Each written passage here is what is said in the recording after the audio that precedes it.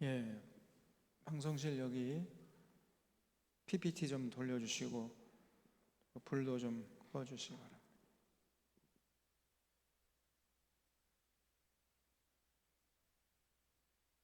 예, 예, 여기 회중석은 조금 켜주세요. 회중석까지 다 꺼버려. 예, 예.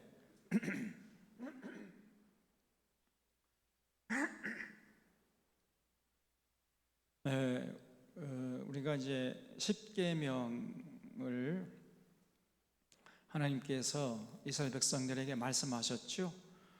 그런 일종의 헌법적인 성격을 갖고 있다고 말씀드렸습니다. 그래서 그 헌법 정신이 하나님 사랑과 이웃 사랑이죠. 1계명부터 3계명은 하나님 사랑, 4계명부터 10계명은 이웃 사랑. 그래서 하나님을 사랑하고 이웃 사랑하라. 이게 헌법 정신인데, 그 헌법 정신을 구현하기 위해서 이제 그 하위법들이 또 쭉 나와요. 그래서 이걸 시행 세칙들이라 이렇게 하는데, 우리가 21장, 22장까지 살펴봤고요. 오늘 이제 23장 살펴보려고 합니다.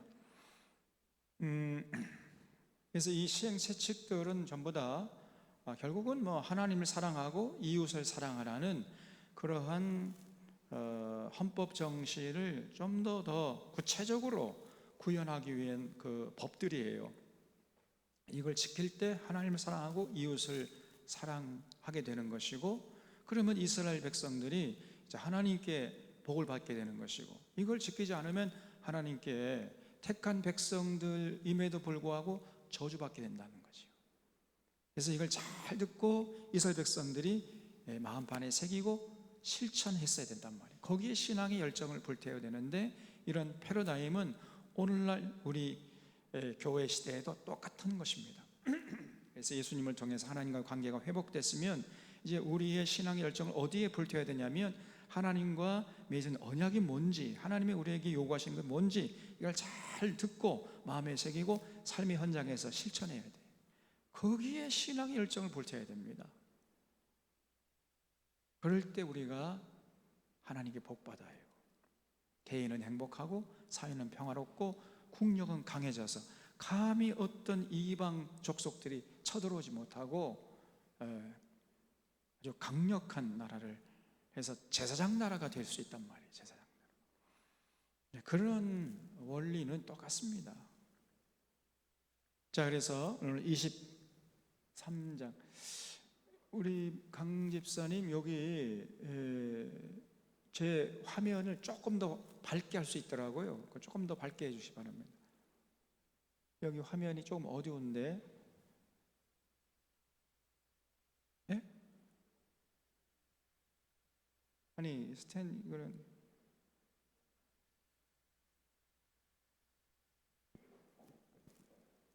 아니 제 그 화면이 십자가까지 다 꺼버렸어요.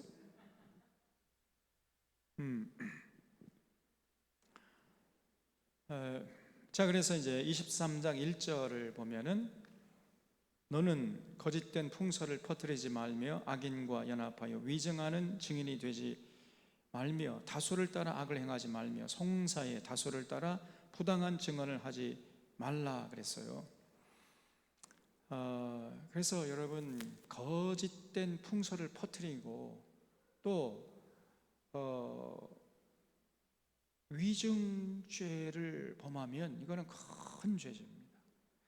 그러면 억울한 사람이 속출하잖아요. 그리고 나라의 공의와 정의가 무너지게 됩니다. 이렇게 되면은 그 나라가 얼마 안 있으면 망해버려요. 그런 정도로 큰 죄입니다, 이게. 그래서 거짓된 풍설을 퍼뜨리고, 이게 사실이 아닌데 자꾸만 사실인 것처럼 주변 사람들에게 자꾸 이렇다더라 카더라 자꾸 그 거짓된 풍설을 퍼뜨려요. 이것처럼 큰 죄가 없습니다. 그러면 공동체가 와해돼 버립니다. 그래서 거짓 증거하지 말라는 제 9계명을 정면으로 어기는 거잖아요. 그래서 그런 실수를 절대로 우리 믿는 자들은 해서는 안 됩니다. 그 과거에 아합과 이세벨이 나봇의 포도원 탐내다가 뜻대로 안 되니까 정치 깡패를 고용해가지고 너희들 말이야 2명을 고용해가 다니면서 거짓 풍설을 퍼뜨려라. 저 나봇이란 놈이 하나님을 저주하고 왕을 저주했다고 거짓 소문을 퍼뜨려라. 뇌물 주면서 이렇게 시켰어요. 그랬더니 정치 깡패들이 돌아다니면서 나봇이라는 작자가 하나님을 저주하고 왕을 저주했다 거짓 뉴스를 퍼뜨린 거예요. 그래서 그걸 빌미로 이제 이 이세벨이 딱 잡아가지고 내 이놈, 그래서 이 나봇을 돌로 쳐 죽이고 그 포도원을 뺏어갔잖아요. 그래 무사할 것 같지요. 하나님이 다 보고 계셨습니다.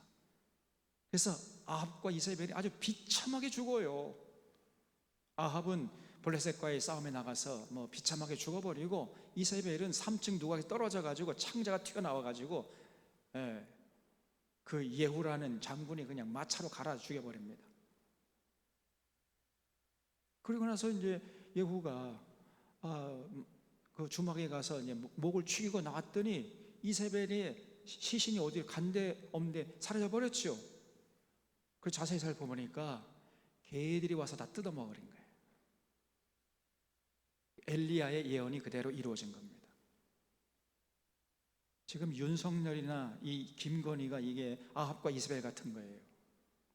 저것들이 말로가 절대 여러분 무사하지 못할 겁니다. 지금 뭐 전 세계로 뭐 잘 나고 있죠. 지금 나토 가가지고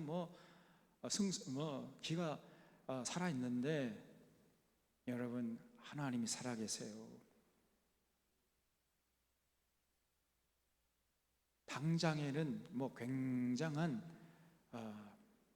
뭐 세상 부귀영화 누리고 반대급부 누려가지고 뭐 대단한 것처럼 보이지만은요, 순식간에 멸망이 저들에게 찾아올 것입니다. 두고 보세요. 절대 여러분 아무리 억만금이 생긴다 할지라도 거짓 풍설을 퍼뜨리면 안 되고 위증하면 안 돼요. 그런데 오늘날 그런 거짓 언론인들이 많아요. 그래서 이 쓰레기 언론이라, 쓰레기 기자들이라 해서 기레기라고 그래요. 기레기. 거짓된 뉴스를 자꾸만 실은 겁니다. 아니면 말고 뭐 이런 식으로. 그리고 검찰이 불러주는 대로 그냥 사실 확인을 해야 할 거 아니에요. 언론이라면은 이런 공정과 양심이 그게 생명 아니에요? 근데 이 공정과 양심 어디로 가버렸어요? 검찰이 불러주는 대로 그냥 검찰의 앞잡이 노릇 하는 겁니다. 여러분 검찰은 그 수사하는 거 그거 그 언론에게 흘리면 안 돼요. 그게 이 사람이 지금 재판 받아서 그 판결이 날 때까지는 무죄 추정 원칙이 있잖아요. 근데 검찰이 수사하는 과정을 딱 흘려 언론에. 그 언론 재판을 해버리는 겁니다. 나중에 사법부에서 무죄 판결이 나도 이미 저 사람은 이제 죄인으로 낙인이 찍힌 거예요. 그 명예는 회복할 수가 없어요.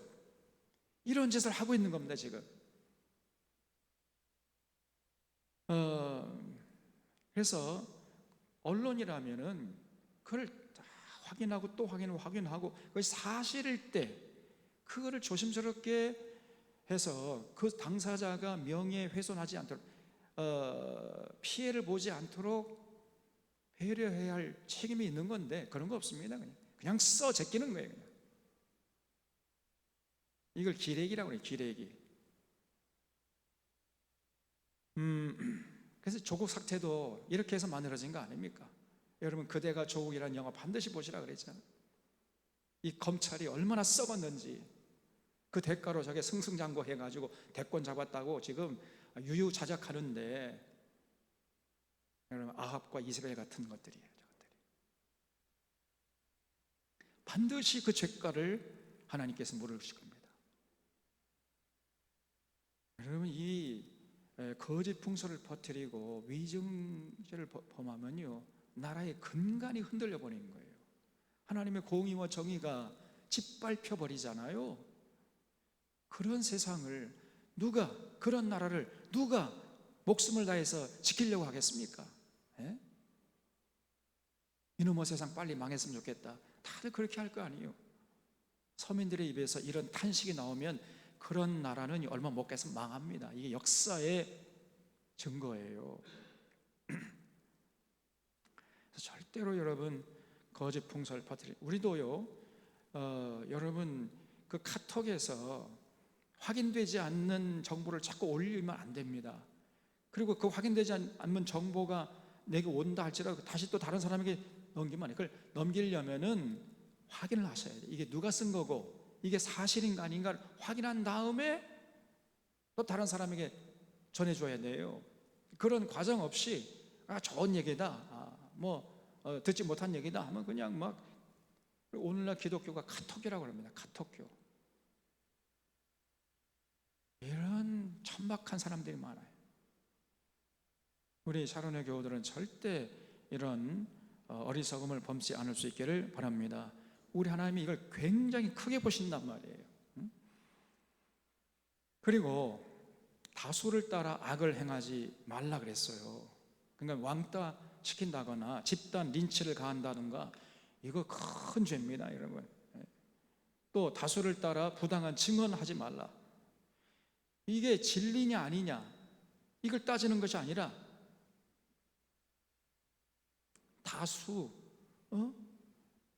다수가 말하는 게 어떤 얘기냐, 그러니까 다수가 말하는 쪽을 따라가 버려요. 그러면 안 됩니다. 여러분, 진리는 다수로 결정되는 것이 아닌 줄로 믿으시기 바랍니다. 아무리 다수라 할지라도 진리가 아니면요, 그 다수를 따라가면 안 돼요. 다수를 따라가면은 잘못하면 악을 행할 수 있습니다. 그래서 우리는 항상 진리냐 아니냐를 추구해야 돼요. 진리라면은 목에 칼이 들어와도 진리의 편에 서는 것이고요, 진리가 아니라면 아무리 다수가 진리라고 하더라도 절대 수용하면 안 됩니다. 오늘날 이 방언 기도가 그 마찬가지. 지금 거의 대부분 한국 교회가 방언하고 있잖아요. 방언 기도하고 있잖아요. 오히려 이제 방언 기도 안 하는 교회가 거의 없을 정도로 그렇게 되어 있습니다. 그럼 우리도 따라가야 됩니까? 절대 그럴 수가 없어요. 그래서 이 다수, 집단지성 이런 말도 하는데, 여러분, 집단지성이 틀릴 때가 많아요. 집단지성 좋아하지 말라 그래요. 그래서 냉철하게 우리가 진리를 추구해요. 진리. 저도 이번에 집단지성 철석까지 믿었어요. 저런 머지래 같은 자가 어떻게 대통령이 될 수 있을까? 우리나라 대한민국의 집단지성을 믿었다니까 제가. 그런데 기가 차죠.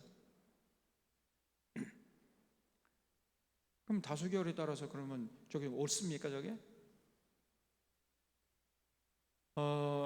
다수를 여러분 따라가면 안 됩니다. 예수님 말씀은 오히려 좁은 길을 선택하라 그래요. 좁은 길은 사람들이 많이 안 가요. 극소수, 창조적인 소수만 갑니다. 그런데 그 창조적인 소수가 가는 그 좁은 길, 좁은 문이라서 좁은 길이 그의 생명길이에요. 그것이 천국길이고요. 그래서 다수가 간다고요, 이게 진리의 길이겠지, 따라갔다는 큰 코 다칩니다. 다수를 따라 악을 행하지 말며 성사에 다수를 따라 부당한 증언을 하지 말아라. 그래서 여러분, 많은 사람들이 지지하고 그쪽 길로 간다 해가지고 따라가서 흉내내거나 수용하면 안 된단 말이에요. 또 가난한 자의 성사라고 해서 편벽되이 두둔하지 말지니라 그랬어요. 그러면 가난한 자도 잘못될 수가 있죠. 가난한 자가 무조건 다 맞습니까? 가난한 자라고 해서 무조건 그 가난한 자의 편을 들어서도 안 돼. 또 여러분, 이 가난에서부터 오는 어떤 그 폭력성, 이게 또 무서운 겁니다. 광에서 인심 난다고 가난하게 되면요, 자꾸 마음이 거칠어지게 됐어요. 그래서 가난한 자, 물론 우리가 편을 들어야 되지만 가난한 자라고 해가지고 무조건 그 사람들 편 들면 또 안 돼. 그래서 우리가 균형을 잘 잡아가야 됩니다. 그러나 현실은 대부분 어떻습니까? 가난한 자가 억울함을 당합니까? 부자가 억울함을 당합니까? 기득권자들이 억울함을 당합니까? 비기득권자들이 억울함을 당합니까? 서민들이 억울함을 당하지요. 그래서 여러분 가난한 자의 편을 서라는 거예요. 그래서 무조건 가난한 자의 편에 서면 안 됩니다. 그래서 이것이 사실이 진리에 입각해서 볼 때에 어느 쪽이 옳은가 이걸 판단하고 그 다음에 행동을 해야지, 다수결이나 또 가난한 자에 좌지우지되고 그러면 안 되지요. 중심을 잘 잡아야 됩니다. 그리고 그러나 현실은 가난한 자들이 너무 억울함을 당하는 경우가 많기 때문에 가난한 자들의 성사를 더 세밀하게 돌봐줘야 되겠지요. 4절, 내가 만일 원수의 길 잃은 소나 나귀를 보거든 반드시 그 사람에게로 돌리지. 그렇지요? 야, 이것도요, 정말 우리가 마음에 기억해야 되는데, 원수의 길 잃은 소나 나귀, 아이고 잘됐다, 저거 그냥 평소에 말이야 까닭 없이 그냥 나를 해코지하고 말이야 그냥 죽도록 미운 놈, 아이고 소 나귀 잃은 거지, 이름 잘됐다, 소 나귀를 그냥 어디 갖다가 감춰놓고 그러면 안 된다는 거예요. 오히려 그 사람에게 다시 돌려주라는 겁니다. 우리나라가요, 지금 전 세계적으로 주목받는 것들이 몇 가지가 있잖아요. 외국 사람들이 우리나라 와가지고 깜짝 놀라는 게 있습니다. 그게 뭐죠? 밤에도 걱정 없이 밤거리를 활보할 수 있다는 거예요. 이런 미국이나요, 브라질, 지난번에 브라질 축구 선수들이 왔잖아요. 네이마르인가고 유명한 축구 선수 왔는데 깜짝 놀라는 거예요. 이게 아니 어떻게 해가 졌는데 그 밤중에 거리를 활보할 수 있느냐는 거예요. 브라질에서는 상상도 할 수 없습니다. 그렇게 했다가는 당장 어떻게 돼요? 당장 총 맞아 죽어요. 당장 강도 만나가지고 가진 거 다 뺏기고 잘못하면 총 맞아 죽습니다. 미국이나 브라질 거의 마찬가지예요. 유럽 대부분의 나라도 마찬가지입니다. 근데 우리나라는 밤거리를 활보해도 안전하잖아요. 세상에나 저세상에나 이런 나라가 없단 말이에요. 네?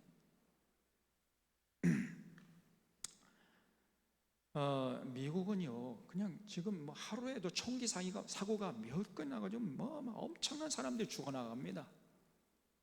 얼마 전에 제 동기를 만났는데, 제 동기가 미국에서 목회하다가 이제 지난주 토요일에 만났거든요.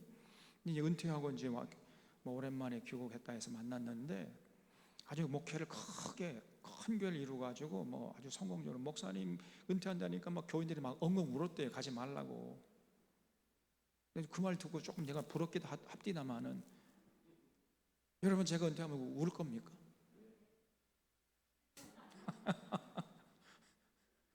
근데 어쨌든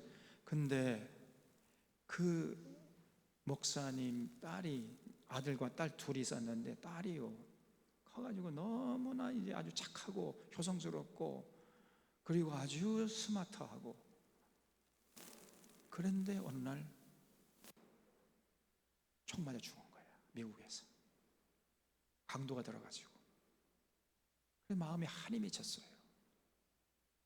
그런 나라가 미국입니다. 미국 너무 좋아하지 마세요. 근데 우리나라는 안전하잖아요. 밤거리를 활보해도 안전해. 이런 나라가 세상에 없어요. 또 두 번째로, 집 앞에 택배를 두고 가는데 아무도 안 가져가. 이건 브라질 같은 나라는 상상도 할 수가 없다는 거예요. 커피숍에 가가지고 이렇게 노트북 쓰다가 그냥 화장실 갔다가 와도 그냥 그대로 있지요. 미국이나 불화가 됐으면요 당장 없어집니다. 이런 거. 얼마 전에 아내가 공항이라 그랬어요. 공항에서 이렇게 앉아 있다가 짐이 2개였어요. 2개. 2개인데 하나만 갖고 쫄래쫄래 여권이 들어있는 가방 다만 놔두고, 그래서 나중에 깜짝 놀라가지고 다시 전화하고 해봤더니 그 자리에 그냥 있더라는 거예요. 그 자리에 그냥 그대로 있어. 이런 나라는 세상에 없습니다. 정말 감사한 일이죠. 이런 것들은 우리가 정말로 계속해서 계승해서 발전시켜야 됩니다. 이 동방예의지국 자부심이 있잖아요. 그래서 반드시 주웠으면 원주인에게 돌려줘라. 아무리 원수라 할지라도 소나 나귀를 원주인에게 돌려줘라. 이게 하나님의 명령이에요. 그래서 더불어 살라니, 더불어. 그리고 5절에 내가 만일 너를 미워하는 자의 나귀가 짐을 싣고 엎드러짐을 보거든 그것을 버려두지 말고 그것을 도와 그 짐을 부릴지니라 그랬죠. 여러분, 원수에게 떡 하나 더 주라는 겁니다. 미워하는 자의 나귀가 짐을 싣고 그냥 너무 무거워가지고 엎드러져 있으면 가서 내버려 두고 아이고 너 혼자 당해라 이놈, 이거 그냥 지나치지 말고 가가지고 도와줘서 그 어려움에서 벗어날 수 있도록 해줘라. 그래서 여러분, 절대로 악으로 갚지 말고 선으로 악을 갚으라는 거예요. 악을 선으로 이겨라. 이것이 우리 믿는 자들이 해야 할 줄 아는 겁니다. 그 다음에 너는 가난한 자의 송사라고 정의를 굽게 하지 말며, 그렇죠? 또 거짓 일을 멀리하며 무죄한 자와 의로운 자를 죽이지 말라. 나는 악인을 의롭다 하지 아니하겠노라. 이거는 재판장에게 하는 말씀이겠죠. 그래서요, 재판장이나 검찰이나 변호사, 또 언론들이 들어야 할 말이죠. 이게 가난한 자라고 억울함을 당하게 해서는 안 됩니다. 가난한 자의 송사라고 무시해버리고 깔보고 말이죠, 함부로 재판해버리고 뇌물도 안 갖다 바치는데 저거 그냥 없는 죄도 뒤집어 씌워버리고 말이, 이렇게 만약에 검찰이나 판사들이 이렇게 한다면은 이거는 하나님 앞에 무서운 심판을 받게 됩니다. 그래서 절대로 여러분, 가난한 자라고 해서 억울함을 당하게 하면 안 됩니다. 오히려 가난하기 때문에 더 세심하게 보살펴줘야 돼. 그 다음에 8절에 너는 뇌물을 받지 말라. 뇌물은 밝은 자의 눈을 어둡게 하고 의로운 자의 말을 굽게 하느니라. 여러분, 8절에 줄을 쳐주십시오.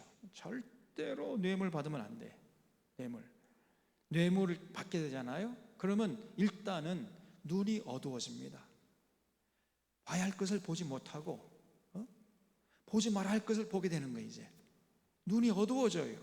그리고 이제 말이 절대로 올곧은 말을 할 수가 없고 정직한 말을 할 수가 없습니다. 뇌물을 받게 되잖아요. 그러면 뇌물 준 자의 코에 꿰는 거야. 그 사람이 시키는 대로 할 수밖에 없습니다. 그러면 자기 인생을 통째로 그 사람에게 넘겨주는 거지요. 왜 그런 어리석은 짓을 하느냐 말이에요. 절대 뇌물 받으면 안 됩니다.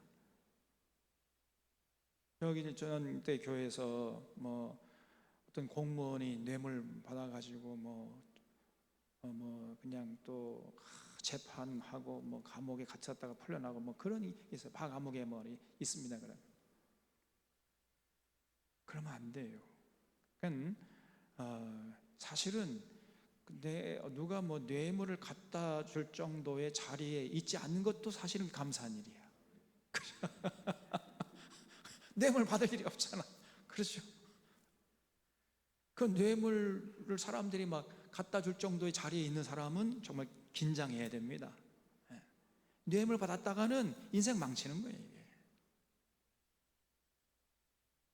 뇌물 받으면 밝은 자의 눈을 어둡게 하고 뇌물이 의로운 자의 말을 굽게 해버리는 거예요. 뇌물이 그런 굉장한 힘이 있습니다. 절대로 뇌물 받으면 안 돼. 이게. 그러면 하나님의 심판을 자초한다는 것을 잊지 말아야 됩니다. 9절에 너는 이방 나그네를 압제하지 말라. 너희가 애굽 땅에서 나그네 되었었은즉 나그네의 사정을 아느니라 그랬죠. 그래서 이거는 우리가 지난주에 봤던 22장 9절과 똑같습니다. 22장 9절에도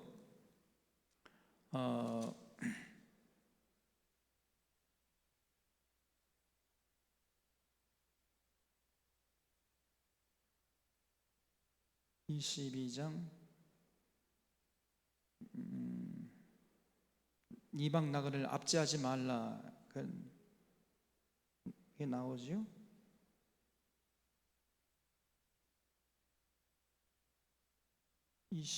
내가 이게 찾아봤는데 어디 나오더라?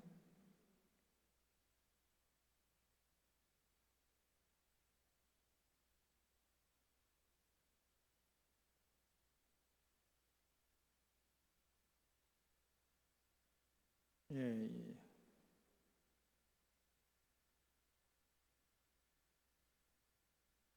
9절에 21장 9절입니까? 22장 21절. 예. 내가 여기 9절이라고 적어놨네. 여기 9절이라서 9절이네. 22장 21절에 너는 이방 나그네를 압제하지 말며 그들을 학대하지 말라. 너희도 애굽 땅에서 나그네였음이라. 지난주에 말씀드렸죠. 지금 유대인들이 과거에 자기들이 나그네였는데 지금은 이제 막 프랑켄슈타인 돼가지고요. 그냥 자기들은 힘 있다 해가지고 그냥 온 세계를 휘젓고 다니면서 약소국들 괴롭히는 이런 짓을 하고 있습니다.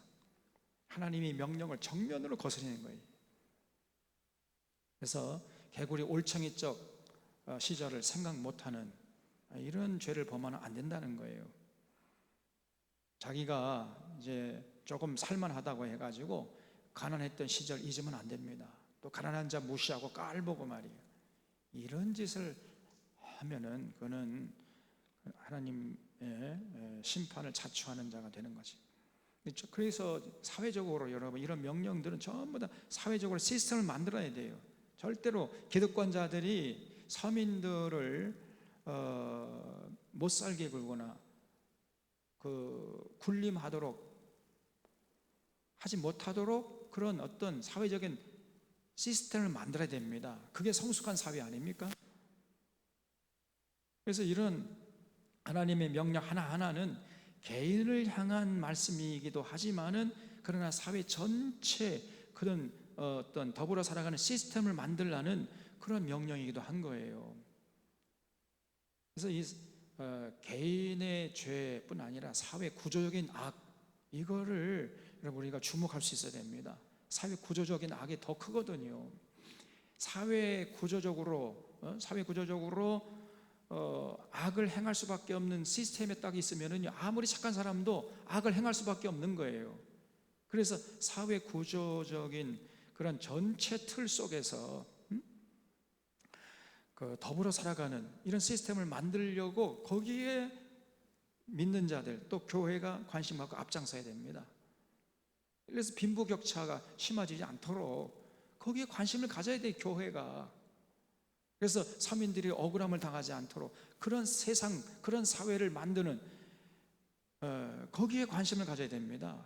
사회 시스템적으로 뭐 개인의 무슨 어떤 착한 마음을 해가지고 뭐 이렇게 도네이션 해가지고 뭐 사회를, 그거는 물론 그것도 바람직스러운 모습이긴 하지만은 그보다 더 고차원적인 아예 사회 구조적인 시스템으로 그렇게 서민들이 법률적으로 당당하게 살아갈 수 있는 그런 사회, 세상을 만들려고 관심을 갖고 교인들이, 믿는 자들, 교회가 관심을 가져야 됩니다.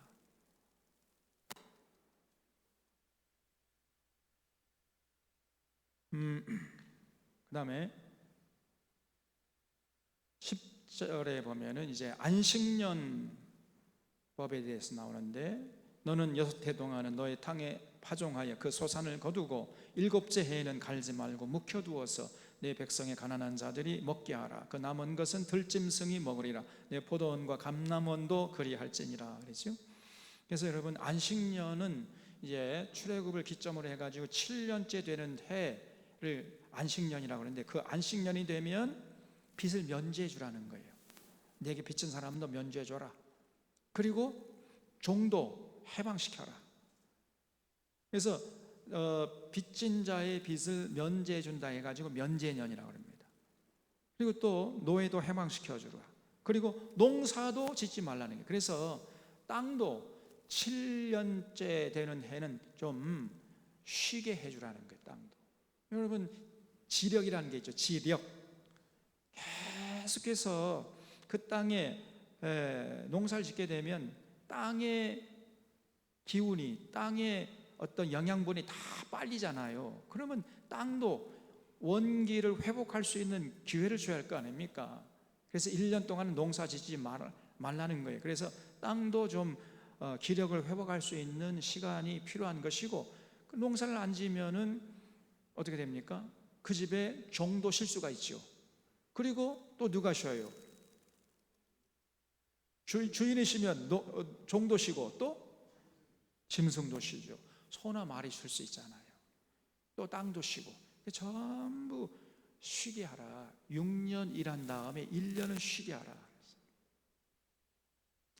저도 6년 일하고 1년 쉬려고 하는데 이게 아까 여건이 잘 안 돼가지고 안식년을 한 번도 못 갖고 그냥 은퇴할 것 같아가지고 좀 안타까워. 안식년 갖기는 가져야 할 것 같은데 말이에요.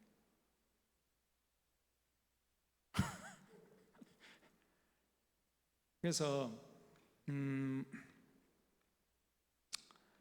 여러분, 그 안식년을 꼭 가지라. 그래야 지력도 회복될 수가 있고, 그리고 그 해의 소출은 가난한 자들이나 나그네, 들짐승이 먹게 하라. 이렇게 하나님이 명령했습니다. 이거는 뭐냐면요, 더불어 살라는 거예요. 더불어. 그래서 일종의 부의 편중을 경계하라는 것입니다. 그래서 부가 세습되고 가난이 세습되는 이런 세상 만들지 말라는 거예요. 12절에 너는 엿새 동안에 내 일을 하고 일곱째 날에는 쉬라. 내 소와 나귀가 쉴 것이며 내 여종의 자식과 나그네가 숨을 돌리리라. 그랬죠. 그래서 이거는 이제 안식일에 대한 건데, 여러분 6일 일하고 하루 쉬어야 됩니다. 그리고 또 주인이 쉬어야 종도 쉴 것이고 짐승도 쉴 것이고, 그래야 종이나 짐승들도 건강을 유지할 수 있는 거잖아요. 그래서 여러분, 우리가 6일 일하고 하루는 반드시 쉬어줘야 돼요. 그래야 건강을 유지할 수가 있는 것입니다. 그래서 이런 안식년이나 안식일은 전부 우리를 위한 거예요. 하나님을 위한 게 아니라 우리 행복하라고. 그래서 반드시 우리가 기억하고 지켜야 됩니다. 하나님의 명령, 모든 명령은 우리에게 유익한 것이라 그랬죠. 또 지킬 수 있는 가능한 것이라 그랬습니다. 그래서 여러분, 이런 명령들을 지킬 때 이것이 우리에게 유익이 돼요. 우리에게 행복으로 돌아오는 것입니다. 그래서 억지로 마지못해서 지킬 것이 아니라 기쁨으로, 감사함으로 지키려고 해야 돼요. 요즘에는 이제 엿새 일하고 하루 쉴 뿐 아니라 지금은 이제 닷새 일하고 이틀 쉬죠. 이것도 또 이제 만족하지 못해가지고 4일 일하고 3일 쉬게 하자. 이래 유럽에서는 벌써 그렇게 시행하는 데가 있대요. 우리나라도 뭐 이제 도입할 때가 되었다. 얼마 전에 그 정치권에서 그런 논의도 하는 걸 봤는데, 어쨌든 6일 일하고 하루 쉬는 거, 뭐 5일 일하고 이틀 쉬면 더 좋죠. 4일 일하고 3일 쉬면 더 좋은 거고, 3일 일하고 4일 쉬고 그럼 더 좋겠죠. 하루만 일하고 6일 동안 쉬면 어떻겠습니까? 아예 그냥 일도 안 하고 계속 쉬면 어떻게 되는 거예요? 그렇죠. 그래서 여러분, 어느 정도 너무 또 제가 볼 때 4일 일하고 3일 쉬는 거, 그것도 조금 위태로운 것 같아요. 5일 일하고 이틀 쉬는 거, 4일 일하고 3일 쉬는 것까지는 괜찮아요. 3일 일하고 4일 쉬는, 이거는 이제 역전되는 거잖아요. 그래서 너무 또 쉬는 것도 그렇게 좋은 건 아닙니다. 하나님의 명령은 6일 일하고 하루 쉬어라. 생체 리듬이 그렇게 돼 있어요. 우리가 6일 일하면 바로 하루 쉬어줘야 돼. 그리고 여기 13절에 내가 내게 이른 모든 일을 삼가 지키고 다른 신들의 이름을 부르지도 말며 내 입에서 들리게도 하지 말지니라 그랬죠. 여러분, 그래서 하나님의 명령을 정말 삼가 지켜야, 다시 말하면 마음속에 새기고 최선을 다해서 정성을 다해서 지키려고 해야 된다는 거예요. 기쁨으로, 감사함으로, 자발적으로. 마지못해 죽지 못해서 지키려고 하지 말고 하나님의 말씀, 하나님이 우리에게 이른 모든 명령들을 삼가 지키라. 삼가라는 게 강조점이죠. 정말 뼈속에 새기고 실천하려고 하라는 겁니다. 이게 우리에게 유익하기 때문에 그래요. 우리에게 복으로 돌아오기 때문에 그런 것입니다. 그리고 다른 신들의 이름은 절대 부르지도 말고 너 입에 들리게도 하지 말아라. 다른 신들은 전부 다 잡신이죠. 그래서 절대 우상 숭배하지 말라 그랬어요. 멀리 해야 됩니다. 다음에 이제 14절부터는 세 가지 절기에 관한 법입니다. 그래서 이스라엘 백성들, 남자들은 1년에 반드시 이 세 번의 절기를 지켜야 돼요. 세 번의 절기만큼은 하나님께 나가서 제사를 드려야 했던 것입니다. 세 번의 절기가 뭐냐면요, 15절에 너는 무교병의 절기, 이게 무교절이죠. 이 무교절이라는 것은 유월절 지키고 유월절 그 다음 날부터 일주일 동안 지키는 절기가 무교절이죠. 그래서 무교절이 되면은 이제 누룩 넣지 않은 빵을 먹고 쓴 나물을 먹는 거예요.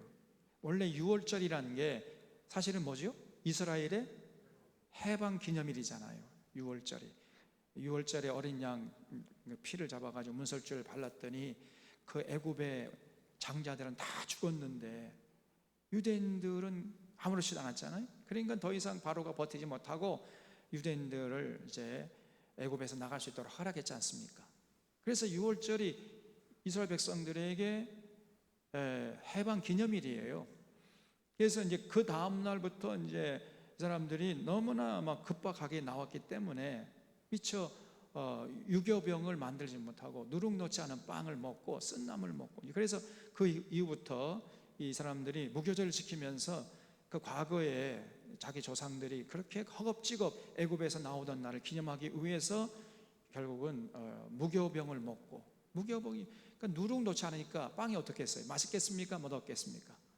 맛이 하나도 없어요. 한 개도 없어. 딱딱합니다. 이게 맛이 정말 없어요. 그리고 쓴나물을 먹으면서 과거의 조상들의 그 고난을 생각하는, 그게 바로 무교절이에요. 그 무교절을 지켜라는 겁니다. 내가 내게 명령한 대로 아비보월의 정한 때에 이래 동안 무교병을 먹을지니 이는 그달에 내가 애굽에서 나왔습니다. 빈손으로 내 앞에 나오지 말지니라 그랬어요. 두 번째 절기는 맥추절이에요.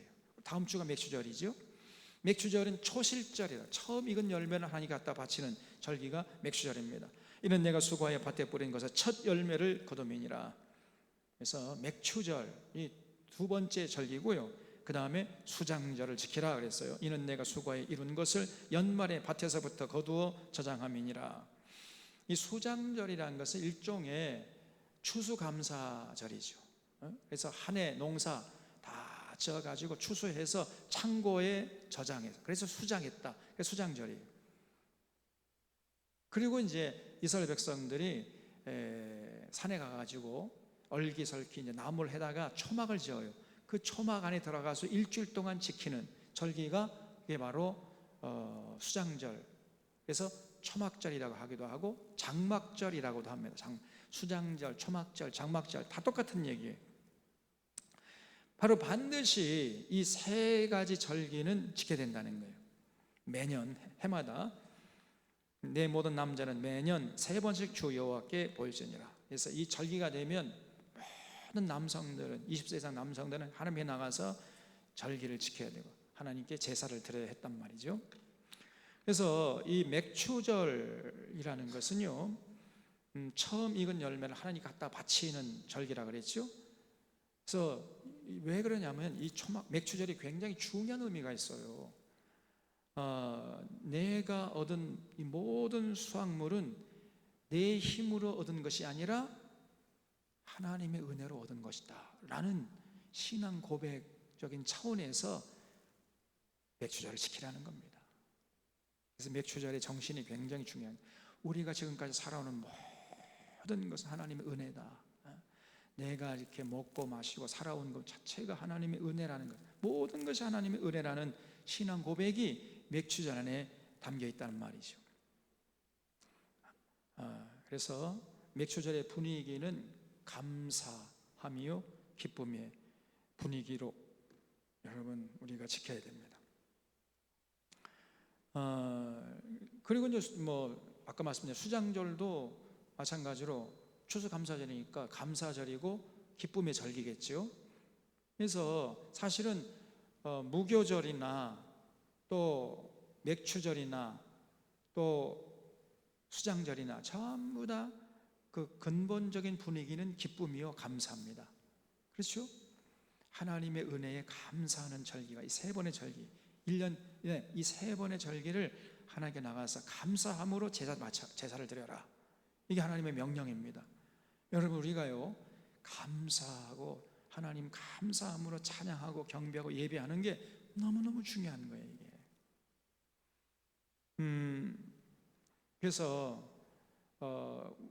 그럴 때 우리 육신의 건강도 굉장히 큰 도움을 받게 됩니다.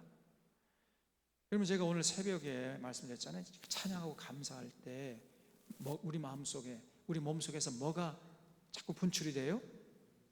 엔돌핀이. 엔돌핀은 암세포도 죽이는 능력이 있다는 거예요. 엔돌핀은 언제 우리 몸속에서 막 나옵니까? 그렇죠. 감사하고 찬양할 때. 근데 엔돌핀보다 3000배 이상의 강력한 호르몬이 있다는 거예요 우리 몸속에. 그게 뭐냐? 다이돌핀이라는 거예요. 다이돌핀.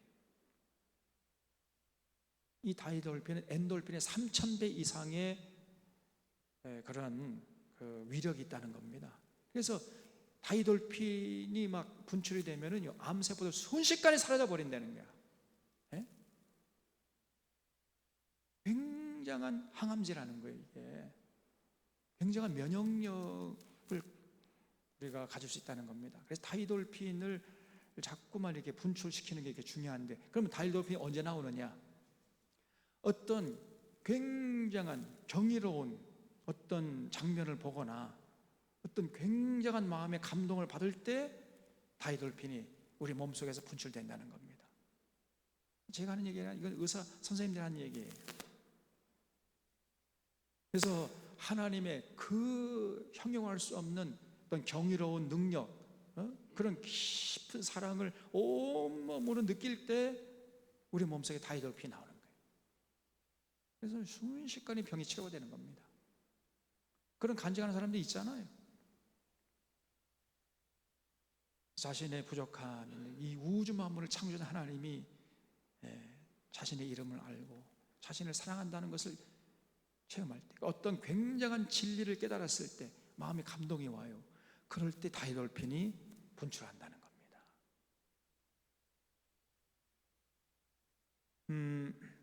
그리고 또 감격스럽게 눈물을 흘리면서 거듭난 그러한 하나님의 은혜에 감사하면서 눈물로 하나님을 찬양하고 감사할 때, 그때 다이돌핀이 분출하는 거예요. 그래서 하나님이요 이 세 번의 절기를 반드시 이스라엘 남성들에게 지키라 그랬어요. 전부 다 이게 감사의 절기예요. 감사와 기쁨, 축제의 절기입니다. 세 번의 축제를 하라. 그래서 여러분 우리도 인생 사는 동안에 종종 축제의 기회가 꼭 필요한 거예요. 여러분 인생 사는 이런 가정에서도요, 가정에 축제가 있어야 됩니다.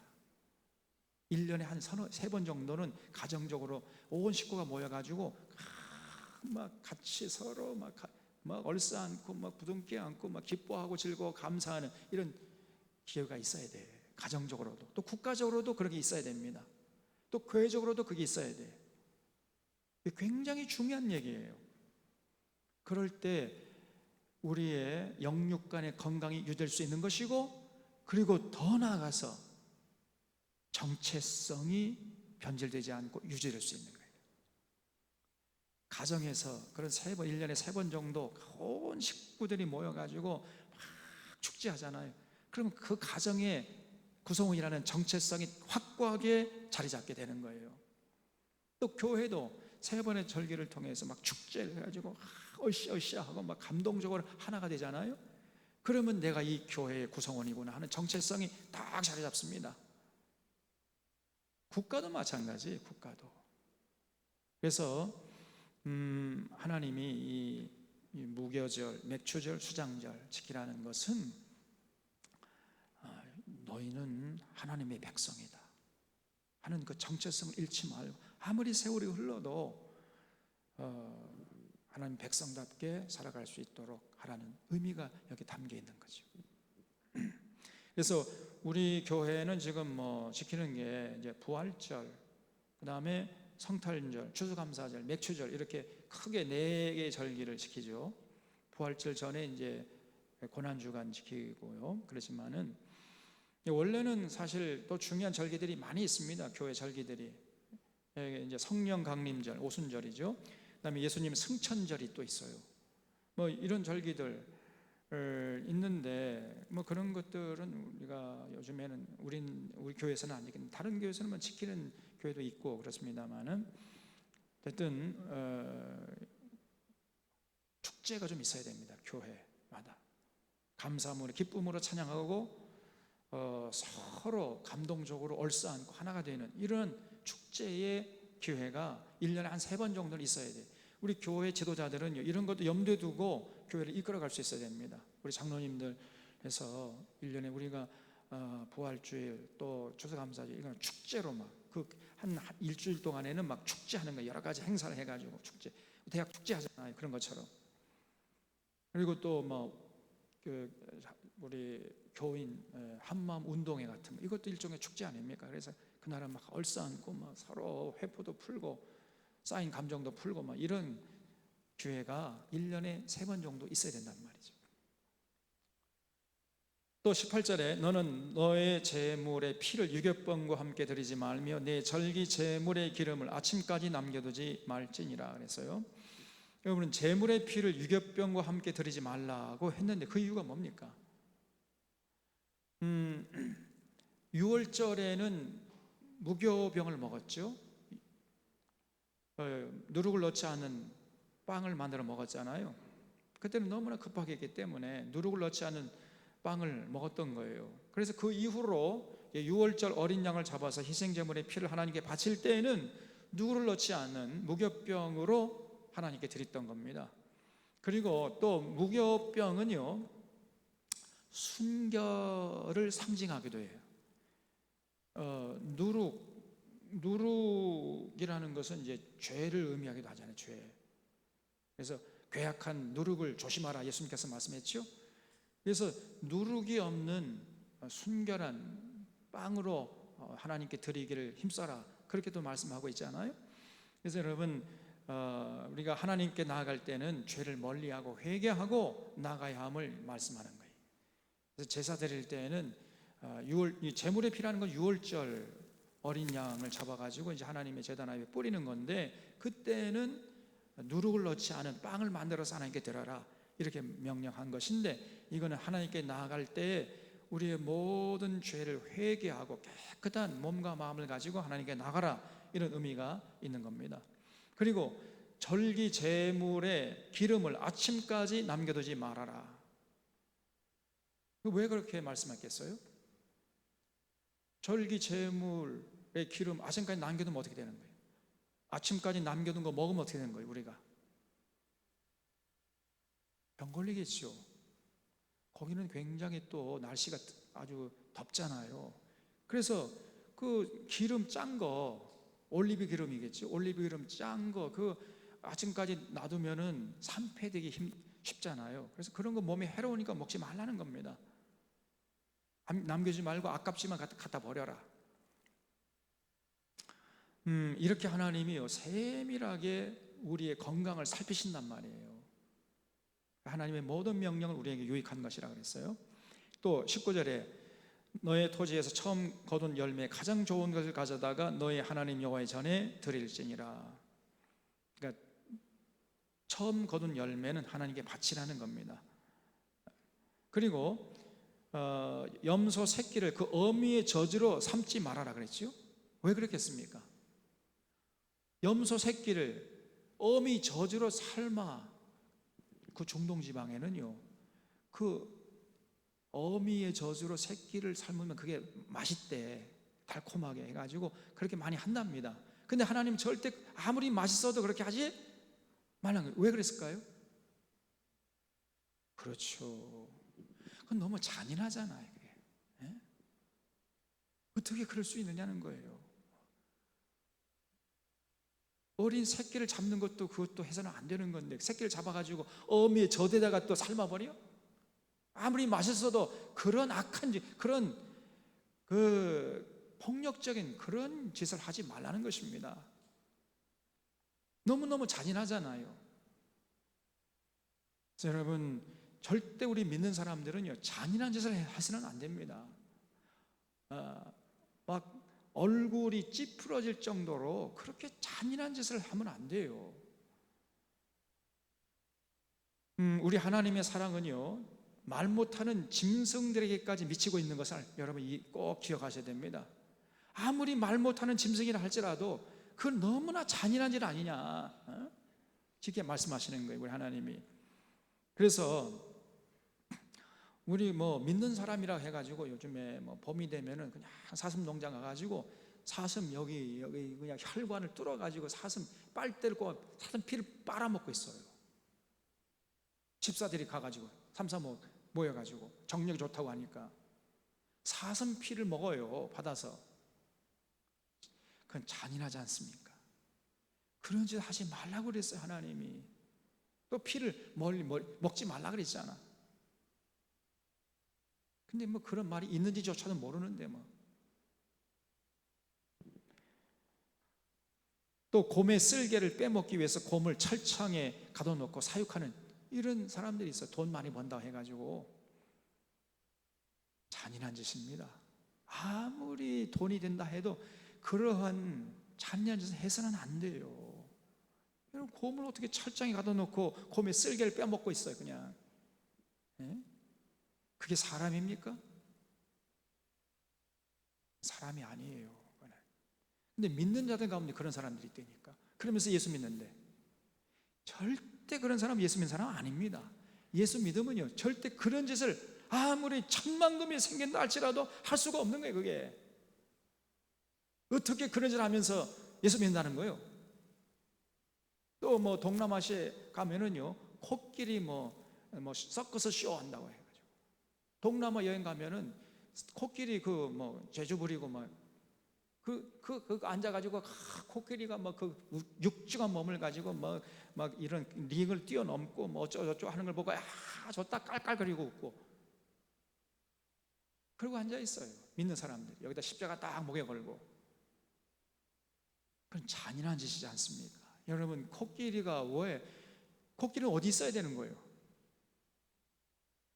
밀림이 있어야 되잖아요. 밀림이 있어야 코끼리를 잡아와가지고 그 조련사들이 그냥 막 채찍질을 하면서 말 안 들으면 막 채찍질을 하면서 그 뛰어넘게 하는데 코끼리가 억지로 그 죽지 못해서 그 하고 있는 거 그걸 보고 깔깔거리면서 웃고 있어요. 얼마나 잔인하냔 말이에요. 그런 게.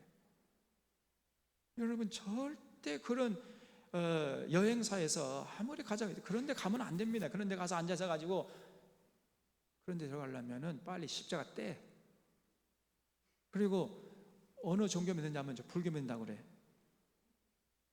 농담이고요. 불교 믿는 사람도 그러면 안 되죠. 불교 믿는 사람은 그런 거 안 합니다. 여러분 사실은 우리 기독교가 더 그래. 예수 믿는 사람 예수 믿는다고 하면서 절대 예수 믿는 자가 아닙니다. 예수 믿는 사람이라면 그런 잔인한 짓은 할 수가 없는 거거든요. 또 무슨 뭐 돌고래 쇼 한다가 앉아 있어 깔깔거리고 웃고 있고 그런 거 하지 말아요. 말 못한 짐승이라도 그렇게 착취하면 안 되지 않습니까? 그래서 동물을 학대해서 돈벌이 해서도 안 되고, 그런 걸 보면서 좋다고 박수치는 이런 짓도 해서는 안 되고, 거기에 악한 짓에 동참하는 거예요. 우리 사랑의 교회 가운데 한 사람도 그런 사람이 없기를 바랍니다. 그래서 모두가 더불어 살라는 거예요. 우리 인간과 인간끼리, 인간과 짐승, 인간과 동물, 또 동물과 동물, 또 동물과 식물끼리, 식물과 식물끼리 전부 다 더불어 살라는 거예요. 그게 하나님의 요구입니다. 변치 않는. 그래서 이런 하나님의 명령을 지킬 때 하나님이 기뻐하시는 것이고, 이런 하나님의 명령을 지키지 않을 때 하나님이 근심하시다가 분노하시는 거예요. 이것이 우리가 믿는 여호와 하나님이십니다. 이걸 잊지 마셔야 돼요. 그리고 20절에 내가 사자를 내 앞에 보내어 길에서 너를 보호하여 너를 내가 예비한 곳에 이르게 하리니, 그래서 여기 사자라는 말이 나오는데, 이 사자라는 것이 히브리 말로 말라크입니다. 말라크는 천사, 선지자, 사신 이렇게 다양하게 번역될 수 있는데, 여기서는 이제 하나님의 백성을 온전케 하고 바른 길로 인도하는 지도자를 말해요. 하나님이 이스라엘 백성들 앞에서 이제 지도자를 먼저 보내겠다는 거예요. 그 지도자 구체적으로 누구를 말하겠어요? 모세죠, 모세. 그래서 이 모세의 말 잘 듣고 모세를 통해서 하나님과 체결한 언약을 잘 지키라는 거예요. 그래서 너희는 삼가 그의 목소리를 청종하고 그를 노엽게 하지 말아라. 그가 너희의 허물을 용서하지 아니할 것은 내 이름이 그에게 있음이니라. 네가 그 목소리를 잘 청종하고 내 모든 말대로 행하면 내가 내 원수에게 원수가 되고 내 대적에게 대적이 될지라.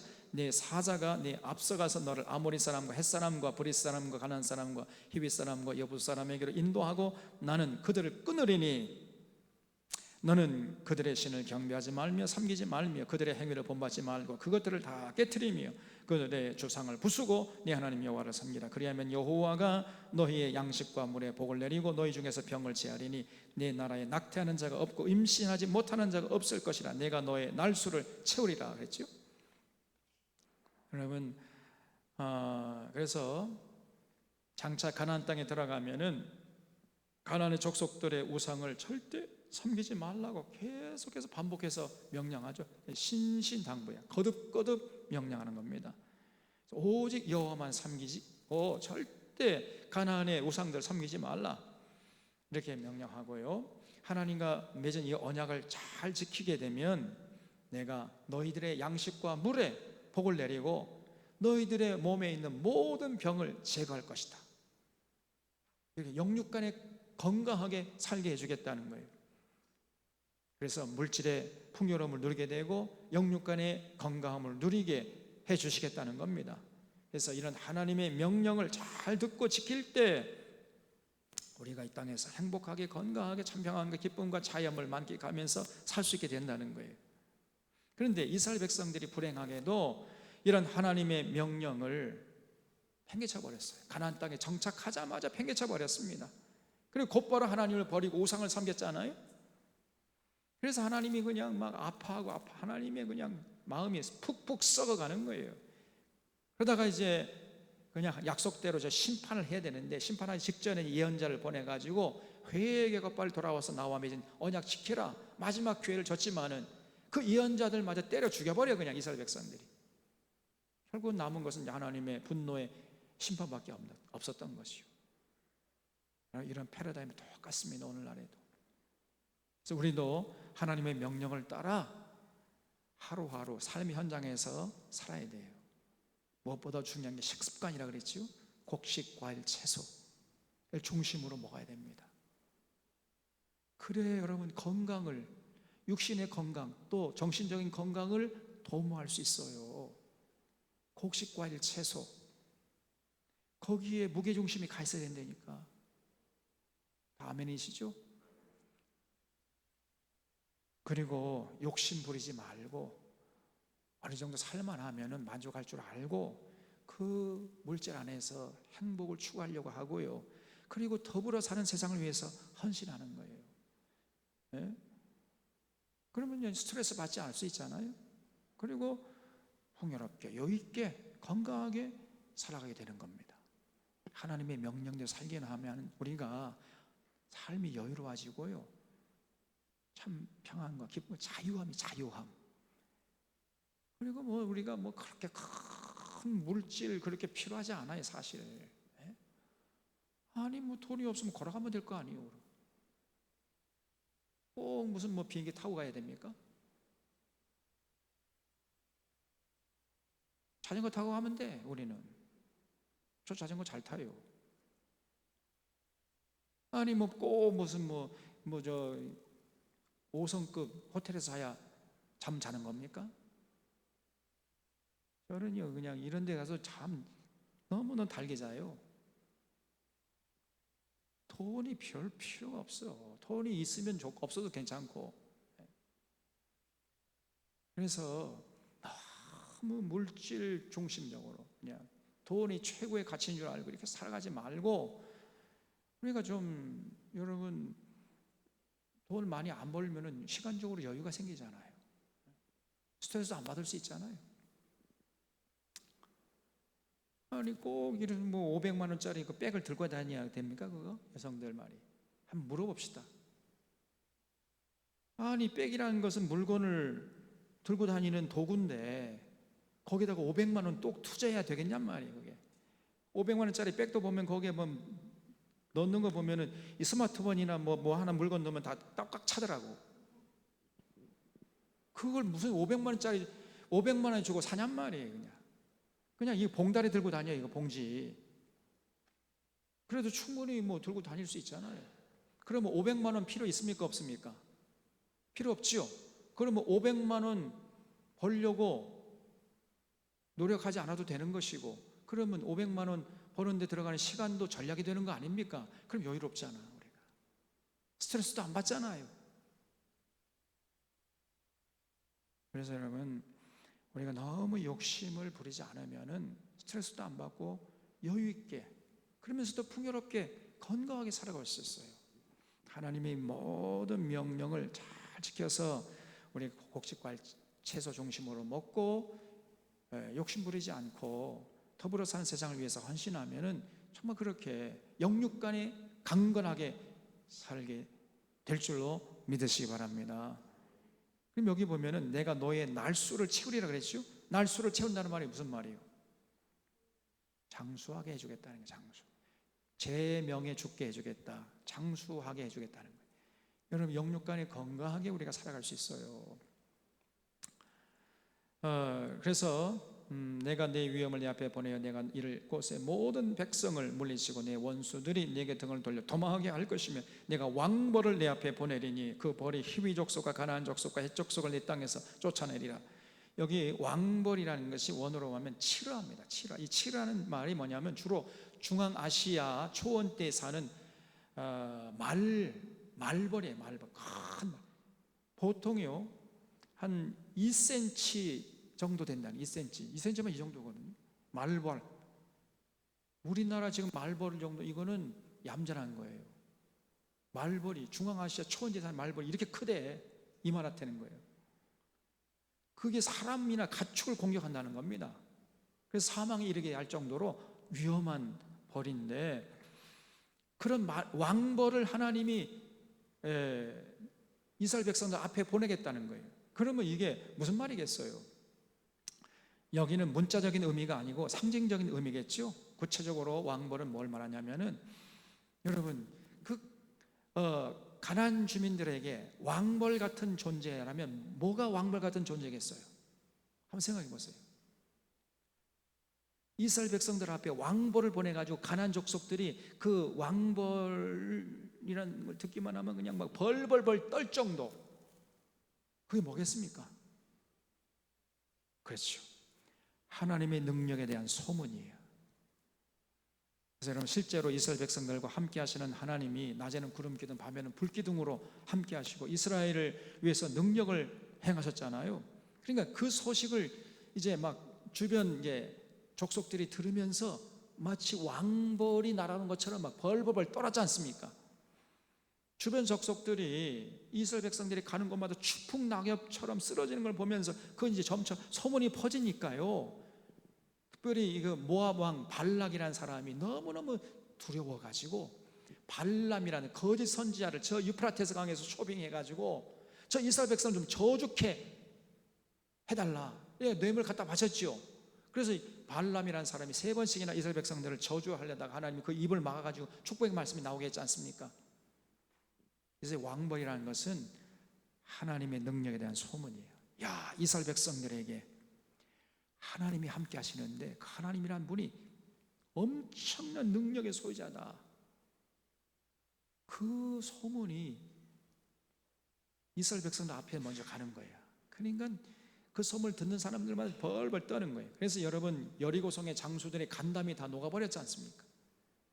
그 여리고성의 기성 라합이 정탐꾼에게 그 2명의 정탐꾼을 이제 여호수아가 보냈잖아요. 그 정탐꾼을 이제 맞아들이는 여리고성 기생 라합이 뭐라고 하냐면, 여기 여호수아 2장 9절로 11절 말씀이 있는데 제가 시간이 많이 가가지고 제가 지금 그 장수들이 다 간담이 다 녹아버렸다고, 정신을 다 잃을 정도로 그렇게 무서워했다는 거예요.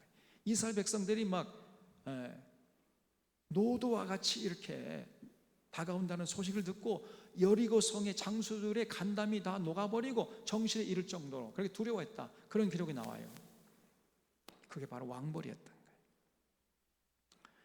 여러분, 하나님이 우리와 함께 하시는 것을 이렇게 친히 목격하잖아요. 그럼 어둠의 세력들이요, 간담이 서늘해지는 겁니다. 임무하는 하나님이 우리와 함께 하신다, 그러한 어떤 기운이나 그런 어떤 사건을 접하고 그런 소문이 퍼지잖아요. 그럼 어둠의 세력들은요, 무서워서 벌벌 떠는 겁니다.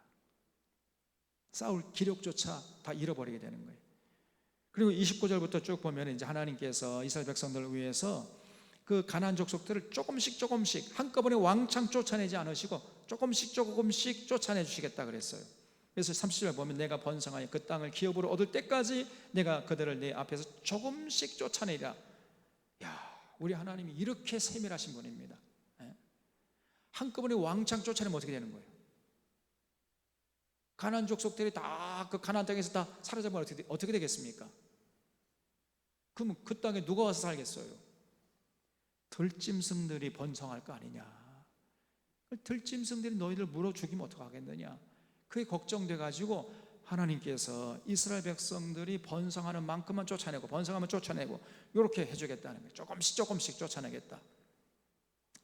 그리고 31절부터 보면 내가 네 경계를 홍해에서부터 블레셋 바다까지 그 다음에 광야에서부터 강까지 정하고 그 땅의 주민을 내 손에 넘기리니 내가 그들을 내 앞에서 쫓아낼지라 그랬어요. 그래서 하나님께서 이제 이스라엘 백성들의 그 경계를 이렇게 정해 주셨는데, 이게 뭐냐면은 여기 사해가 있죠. 여기 보입니까? 여기 사해. 이게 사해고 여기가 이제 그 갈릴리 호수인데, 이게 갈릴리 호수고 여기가 사해입니다. 그래서 이 사해, 그러니까 동쪽의 경계는 사해예요. 사해 갈릴리부터 사해 여기까지 이렇게 쭉. 그리고 서쪽으로는 여기 뭐라고 그랬어요 아까? 블레셋, 그렇죠?